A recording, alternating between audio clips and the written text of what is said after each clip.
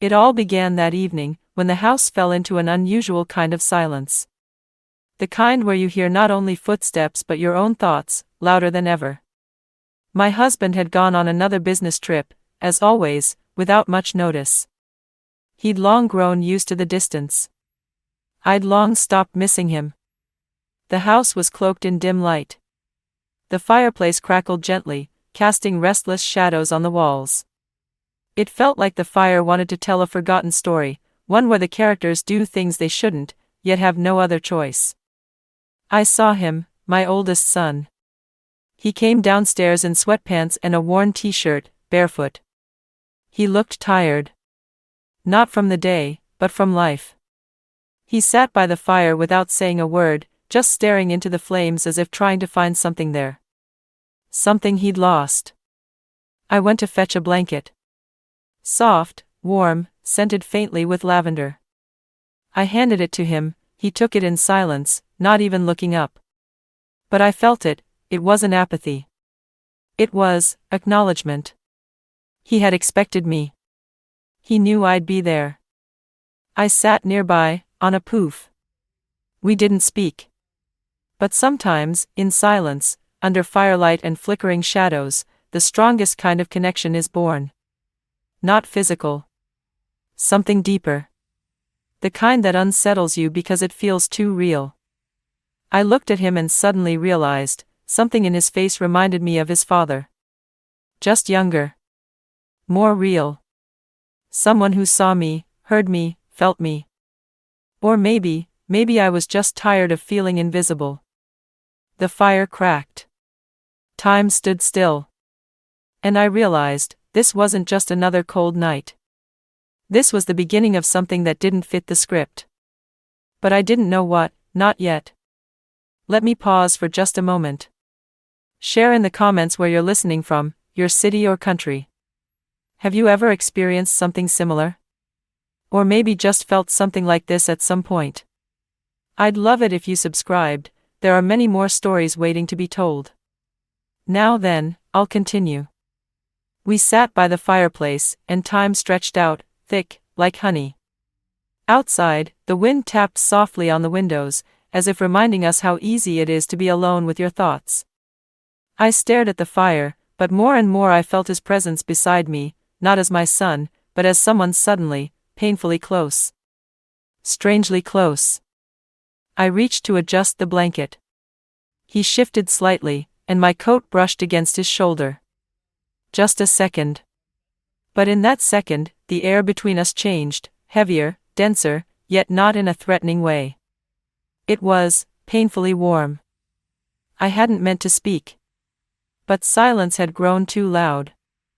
For the first time in years, words came out on their own, softly, like a whisper, like I was afraid this delicate moment might shatter. You know, sometimes I don't feel alive anymore, I said. I live on autopilot. Morning, day, night. Everything on repeat. I'm tired of being someone's background. A wife. A silent mother.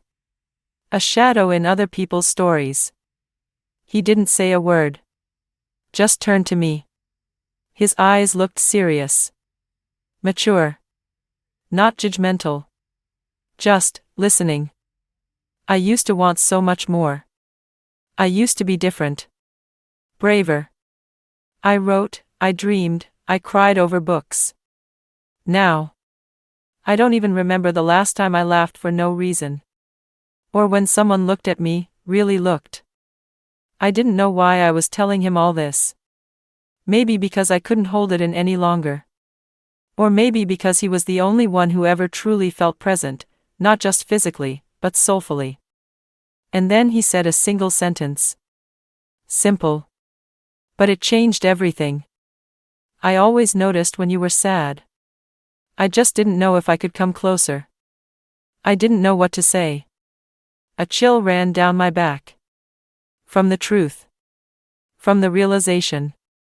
From the thought that maybe I was never invisible at all, just too used to silence to notice someone living inside it with me. I woke up to the sound of a phone ringing. The room was still dark, and the glow of the screen stung my eyes. His name lit up the display. My husband.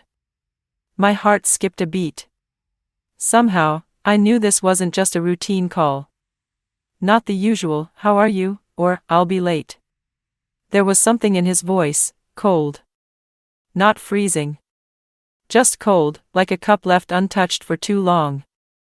"We'll talk tonight," he said. "But there's something I already figured out." Those words hit harder than yelling. He wasn't asking. He was stating. And that was terrifying. He knew. But not about last night. Not about the quiet moment by the fire. Not about what almost happened, but didn't. He knew about someone else. The one I had buried deep in silence. The man who used to come when everyone else was asleep. Who knew my poems by heart. Who kissed the windowpane, never stepping inside. Who told me I deserved more than just being someone's routine. Who made me feel real. I never once said his name out loud. Not even when we were alone. Because saying it would have made it real. And I was afraid reality would destroy what little I had left, what was still mine. Now I realized, I wasn't afraid of being caught for what I did. I was afraid of being seen for what I wanted to do, but never dared. My husband knew. Not like a jealous man. Like someone who had long sensed the absence beside him, but chose not to ask why. There was no anger in his voice. Only exhaustion. And disappointment. The same look I saw in my son's eyes the night before. Only older. Like he'd forgiven me long ago. Sometimes the most painful betrayals aren't about the body. They live in silence. In thoughts. In the people we let into our hearts and hide from everyone else. And this wasn't his secret. It was mine. I'd really love to know what you think about this story. Share in the comments, have you ever experienced something similar? I read every message, and I deeply appreciate your honesty and presence. You are the most important part of what I create here. If this story resonated with you, don't forget to subscribe and hit the like button. Many more powerful and unexpected stories are on the way. Wishing you a calm, gentle day. If you stayed with me until the end, write in the comments, "Silence speaks too," that way, I'll know you were here until the last moment.